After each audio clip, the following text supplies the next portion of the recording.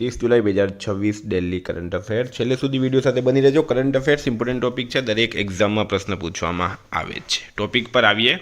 Question number 1 છે, હાલમાં આંતરરાષ્ટ્રીય વાઘ દિવસ ક્યારે ઉજવવામાં આવ્યો?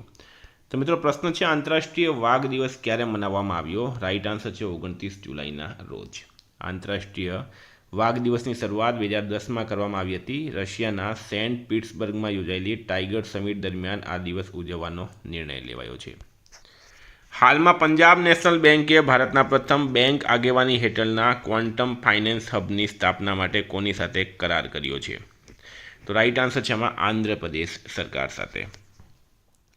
કરાર કરનાર છે Punjab national bank plus Andhra Pradesh સરકાર। સ્થળ છે અમરાવતી ક્વોન્ટમ વેલી, આંધ્રપ્રદેશ। ભારતનું પ્રથમ બેંક આગેવાની હેઠળનું ક્વોન્ટમ ફાઇનાન્સ હબ છે।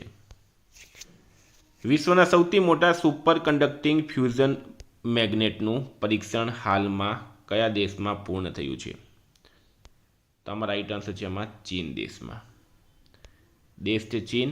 મેગ્નેટનું વજન છે 582 ટન, લંબાઈ છે 21 મીટર અને એના ઉપયોગની વાત કરીએ તો પરમાણુ સંલયન એટલે કે ન્યુક્લિયર ફ્યુઝન રિએક્ટરમાં અતિ ઉચ્ચ તાપમાનના પ્લાઝમાને નિયંત્રિત કરવા માટે। જુલાઈ 2026માં કઈ બે અગ્રણી શૈક્ષણિક સંસ્થાઓના સંશોધકોએ ઘા રૂઝવવાની પ્રક્રિયાને ઝડપી બનાવતો નવતર હાઇડ્રોજેલ વિકસાવ્યો? તો આઈઆઈટી ગાંધીનગર અને નિરમા યુનિવર્સિટી।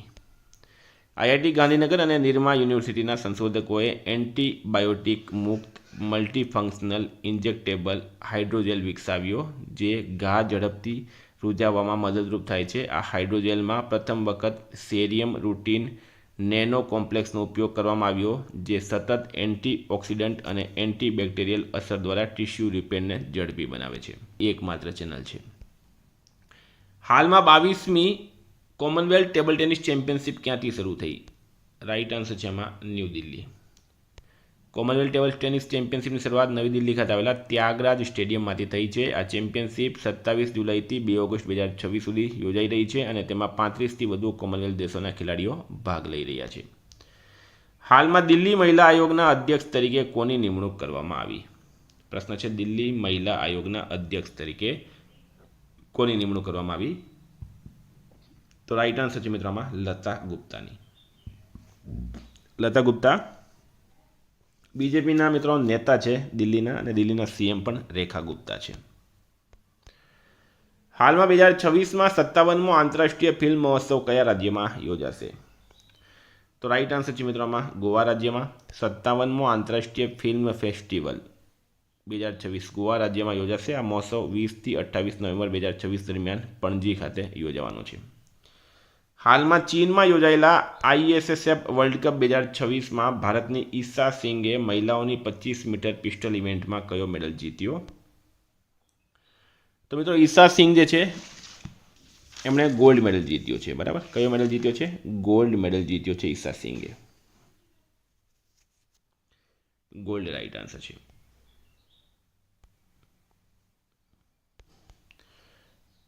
હાલમાં બેબ અલ મંડેબ સ્ટ્રેટ ચર્ચામાં છે। કયા સમુદ્રને જોડે? તો રાઈટ આન્સર છે એમાં રેડ સી એટલે કે લાલ સમુદ્ર અને ગલ્ફ ઓફ એડન આ બંનેને જોડે છે, બરાબર। આ છે મિત્રો બેબ એલ મેન્ડેબ। હવે આ ચર્ચામાં શા માટે છે એની આપણે ડિસ્કશન કરીએ તો આ જળમાર્ગ લાલ સમુદ્ર અને ગલ્ફ ઓફ એડનને સાથે જોડે છે।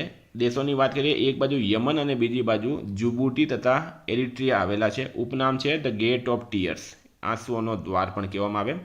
મહત્વની વાત કરીએ તો યુરોપ અને એશિયા વચ્ચેના વેપાર માટે આ વિશ્વના સૌથી મહત્વપૂર્ણ સમુદ્રી માર્ગોમાંનો એક છે। સુએજ કેનાલ તરફ જતા હજારો જહાજો આ જળમાર્ગમાંથી પસાર થાય।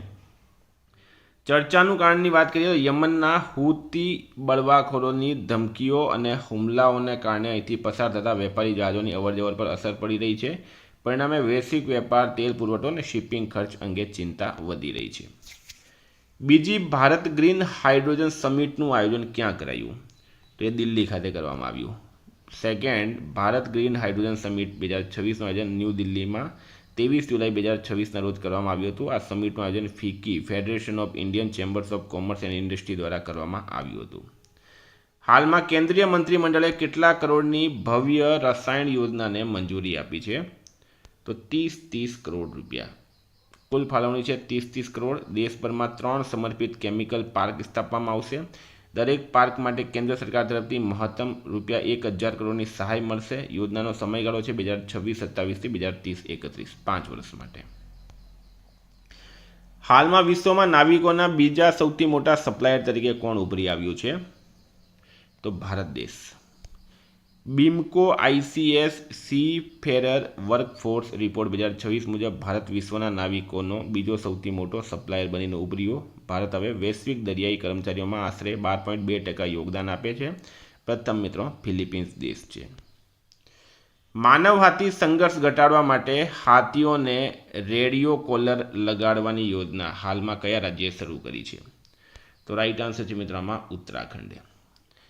માનવ હાથી સંઘર્ષ ઘટાડવા માટે હાથીઓને રેડિયો કોલર લગાડવાની યોજના ઉત્તરાખંડ રાજ્યે શરૂ કરી. આ પહેલ ખાસ કરીને 2027 હરિદ્વાર કુંભ મેળા પહેલાં જાહેર સુરક્ષા વધારવા અને હાથીઓની હિલચાલનું રિયલ ટાઈમ ટ્રેકિંગ કરીને સમયસર ચેતવણી આપવા માટે શરૂ કરવામાં આવી છે.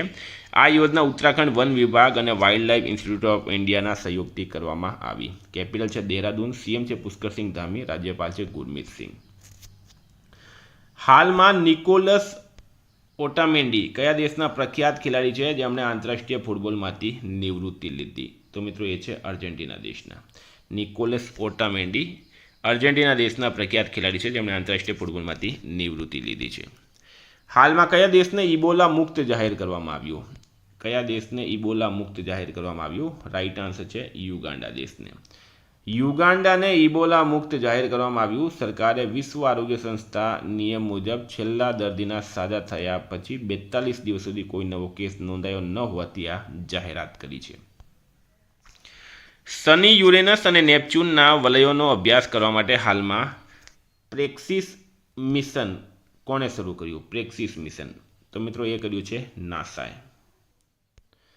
શનિ, યુરેનસ, નેપચ્યુન વલયોનો અભ્યાસ કરવા માટે Praxis rings autonomous exploration with in situ sampling મિશનની શરૂઆત નાસા દ્વારા કરવામાં આવી. આ મિશનને નાસાના નિસાક એટલે કે નાસા ઇનોવેટિવ એડવાન્સ કોન્સેપ્ટ કાર્યક્રમ હેઠળ પસંદ કરવામાં આવ્યું છે. કેપિટલ છે મિત્રો 29 જુલાઈ 1958 વોશિંગ્ટન ડીસી અને એડમિનિસ્ટ્રેટર છે જેરેડ ઇઝાગમેન. તો મિત્રો આ હતા કરંટ અફેર્સના પ્રશ્નો. વાત કરીએ રિવિઝનની. તો આપણે આવી ગયા છે 29 જુલાઈ 2026 રિવિઝન પર. વિશ્વ હેપેટાઇટિસ દિવસ ક્યારે? 28 જુલાઈએ. હાલમાં વીવ્સ ઓફ ઇન્ડિયા ફેસ્ટિવલનું આયોજન ક્યાં થયું? ન્યૂ દિલ્હી ખાતે. વાવ થરાદને કયો નવો આરટીઓ કોડ મળ્યો? GJ40. ભારતનું પ્રથમ સૌર ઉર્જાથી ચાલતું મોબાઈલ વોટર પ્યુરિફાયર વાન જલયાન. હાલમાં સંયુક્ત રાષ્ટ્રના આંતરરાષ્ટ્રીય વેપાર કાયદા પંચની 60મી વર્ષગાંઠ નિમિત્તે આંતરરાષ્ટ્રીય પરિષદ ક્યાં યોજાઈ? ન્યૂ દિલ્હીમાં. ખાણ મંત્રાલયના સચિવ બન્યા છે કેશવચંદ્ર. નાણામંત્રી નિર્મલા સીતારમણે કયા શહેરમાં આવકવેરા વિભાગ આયકર સિંધુના નવા ઓફિસ સંકુલનું ઉદ્ઘાટન કર્યું? મુંબઈ. રાઇટ આન્સર છે 9 છે. કોમનવેલ્થ ગેમ્સમાં ભારતની શર્મિલા ધનખરે મહિલા પેરા શોર્ટ પુટ F57 ઇવેન્ટમાં કયો મેડલ જીત્યો? ગોલ્ડ. ભારતીય મૂળના કનિષ્ક નારાયણ કયા દેશના પ્રથમ AI મંત્રી બન્યા? યુકેના. ઝારખંડનો પ્રથમ ફિલ્મ એન્ડ ટેલિવિઝન ઇન્સ્ટિટ્યૂટ ક્યાં સ્થાપિત થશે? તો રાંચી ખાતે. શાળા શિક્ષણ અને સાક્ષરતા વિભાગના સચિવ તરીકે કોની નિમણૂક કરવામાં આવી? TK અનિલકુમારની. કયા રાજ્યના ચિનાર પુસ્તક મહોત્સવનું આયોજન કરવામાં આવ્યું? જમ્મુ કાશ્મીરમાં. હાલમાં અમેરિકાએ કયા દેશ સાથે શાંતિપૂર્ણ નાગરિક પરમાણુ સહયોગ માટે 123 કરાર પર હસ્તાક્ષર કર્યા? Saudi Arab. હાલમાં સંયુક્ત રાષ્ટ્રના માનવ અધિકારોના ઉચ્ચાયુક્ત તરીકે કોનો કાર્યકાળ 4 વર્ષ માટે લંબાવવામાં આવ્યો? વોલ્કર તુર્ક. અને 16 છે. રાષ્ટ્રપતિ દ્રૌપદી મુર્મુને હોનોરિસ કોસા માનદ ડોક્ટરેટ કોણે એનાયત કરી છે? તો બુખારેસ્ટ યુનિવર્સિટી ઓફ ઇકોનોમિક સ્ટડીઝ રોમાનિયાએ. ગઈકાલે પ્રશ્ન પૂછાયું કયા દેશે 26 જુલાઈ 2026ના રોજ તેનો 61મો સ્વતંત્રતા દિવસ ઉજવ્યો? તો રાઈટ આન્સર છે મિત્રો માલદીવ. આજનો પ્રશ્ન છે હાલમાં કયા રાજ્યએ સાયબર નાણાકીય છેતરપિંડી માટે E0 FIR શરૂ કરી? કર્ણાટક, ગુજરાત, મહારાષ્ટ્ર કે કોઈ નહીં? જવાબ કમેન્ટ બોક્સમાં જણાવવાનું. વિદ્યાર્થી